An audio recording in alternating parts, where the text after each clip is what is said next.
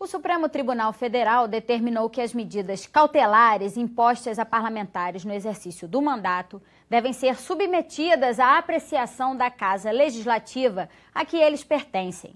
Mas o Tribunal Regional Federal da 2ª Região determinou o retorno à prisão de 3 deputados, mesmo após a liberação da Alerj.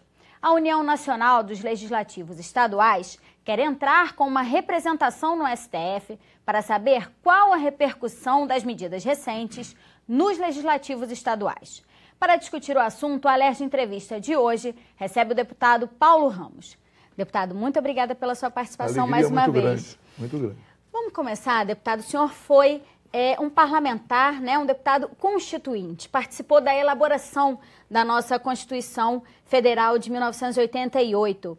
E a Constituição diz que um parlamentar, senador ou deputado federal, só pode ser preso enquanto estiver no exercício do mandato por crime inafiançável e em flagrante. Como é que fica essa situação no caso de vereadores, por exemplo, e deputados estaduais? Bom, a Constituição Estadual reproduz na íntegra o dispositivo que está na Constituição Federal.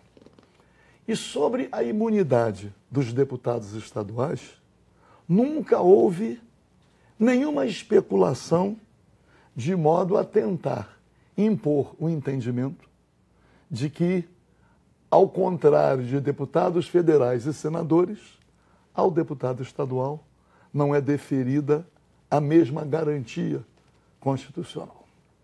A grande questão, nós estamos vivendo no Brasil uma tentativa permanente de estabelecer um confronto e um conflito entre o poder judiciário e o poder legislativo. E isto vem partindo diretamente do Supremo Tribunal Federal. A figura de medidas cautelares, essa figura não existe na Constituição. Foi uma inovação do Supremo Tribunal Federal em relação ao senador Aécio Neves. O Supremo Tribunal Federal já tinha descumprido a Constituição quando determinou e prendeu o senador Delcídio Amaral. Lamentavelmente, nesse episódio, o senador Delcídio Amaral, o Senado Federal capitulou. Eu me lembro que quando presidia a Câmara dos Deputados, o deputado Marco Maia, do PT do Rio Grande do Sul, no Supremo Tribunal Federal, sob a presidência do ministro Joaquim Barbosa, havia a cogitação de se determinar a prisão de deputado federal. E o deputado Marco Maia, cumprindo com o seu dever de presidente da Câmara dos Deputados, disse: não prendam, porque eu não vou acolher a decisão. Não prendam descumprindo a Constituição, porque eu vou acolher o deputado aqui na Câmara e o deputado não será levado à prisão. E eu me lembro, estava próximo ao recesso do Judiciário e o ministro Joaquim Barbosa defendia a prisão.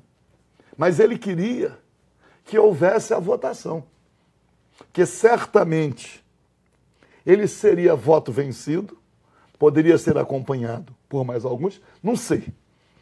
Eu só sei que o ministro Joaquim Barbosa, na condição de presidente do Supremo Tribunal Federal, ele defendia a prisão de deputados federais, mesmo que não estivessem em flagrante delito de crime inafiançável. Mas quando veio o recesso do Judiciário, e ele ficou sozinho na presidência, e poderia ter decidido monocraticamente, determinando a prisão, ele não o fez. E eu hoje estou convencido de que este foi o motivo para que ele precocemente se aposentasse.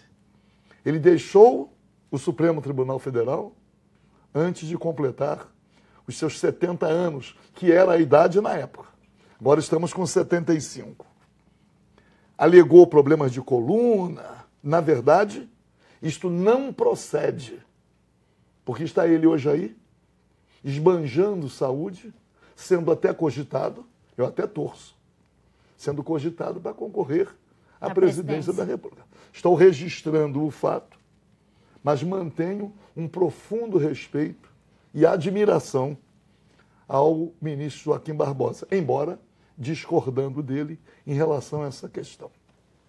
Aqui no Rio de Janeiro, vamos pegar ainda Supremo Tribunal Federal. É, porque a gente precisa falar sobre a repercussão do caso Aécio Neves, né? Como o senhor citou aqui. Vou chegar. E como isso se desdobrou nas Assembleias Legislativas, né? Nós aqui, nós não somos juízes para julgar, para sentenciar deputados. A avaliação não é sobre a acusação que foi feita a eles. Nós aqui não... Condenado a 10 anos, não é o nosso papel. Mas o Congresso Nacional, a Câmara dos Deputados, foi presidida pelo deputado Eduardo Cunha. Não estou analisando o caso Eduardo Cunha em relação à justiça criminal. Estou analisando como presidente da Câmara. Presidiu a Câmara dos Deputados até o impeachment. Logo depois foi descartado. Mas para ser preso, antes teve o mandato cassado. Então, e perdeu as prerrogativas, né, do mandato. Surgiu com o senador Aécio Neves a questão das medidas cautelares. Aliás, surpreendentemente, porque foi distanciado, afastado do exercício do mandato e ainda com uma esdrúxula, prisão cautelar. Não pode sair à noite de casa. Eu nunca vi isso. Eu nunca vi essa figura de prisão domiciliar, albergue. Prisão albergue domiciliar. Nunca vi. Mas o Supremo Tribunal Federal inovou, mas concluiu que o Senado da República não ia cumprir. O Senado não ia acolher a decisão. E aí foi feito um acordão. Qual foi o acordão?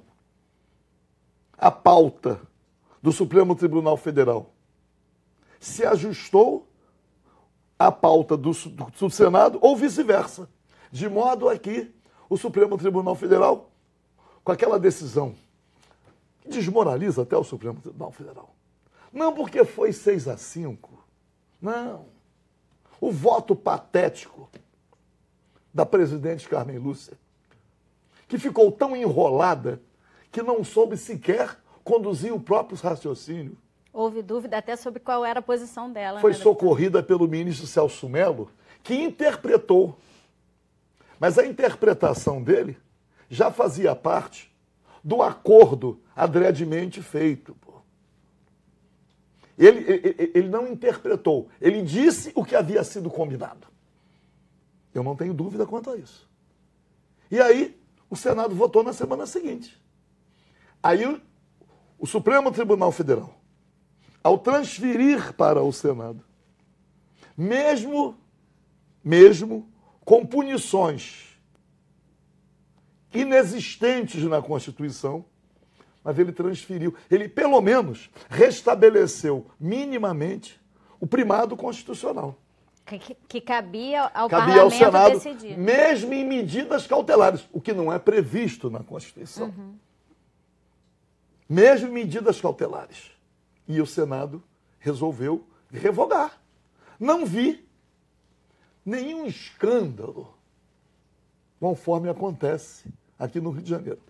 O caso do Rio de Janeiro não é igual, mas eu posso dizer que é semelhante, que o Tribunal Regional Federal, por solicitação do Ministério Público Federal, prendeu preventivamente, a bem da ordem pública e da instituição criminal, prendeu preventivamente 3 deputados.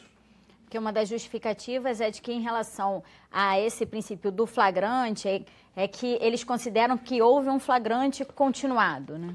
Estavam dizendo que o crime de lavagem de dinheiro é um crime continuado.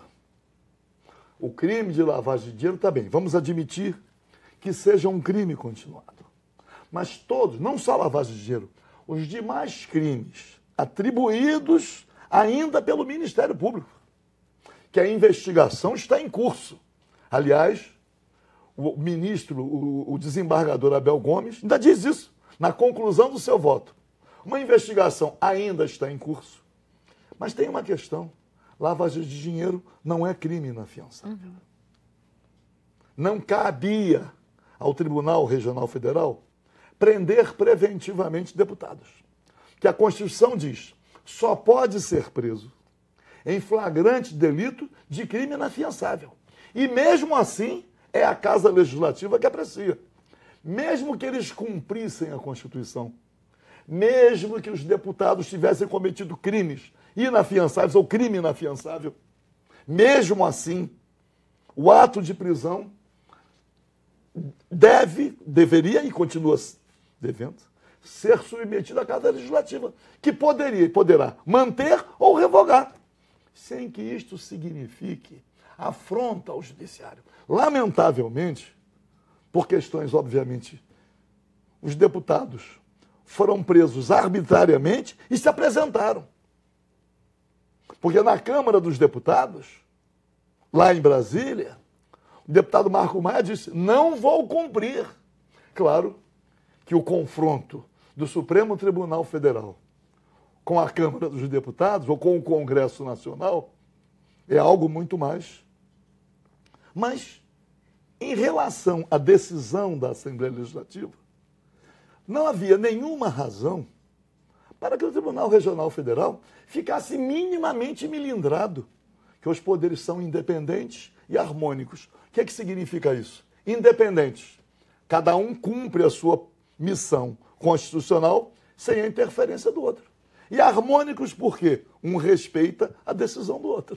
Não, e é preciso a gente reforçar aqui, né, deputado, como o senhor falou, a Assembleia Legislativa julgou, né, a decisão, né, a decisão do Tribunal Regional Federal e não os crimes que estavam supostamente sendo avaliados, né, investigados nesse caso. Né?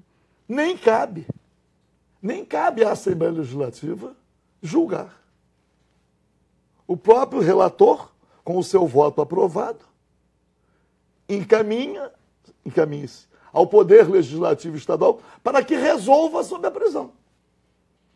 Ainda diz, pela maioria dos seus membros, resolva sobre a prisão. Resolveu. Deputado, eu vou pedir para a gente fazer um pequeno intervalo, porque a partir dessa decisão, houve uma segunda decisão do TRF2, mas a gente vai falar sobre isso no próximo bloco. É só um minutinho, não saia daí.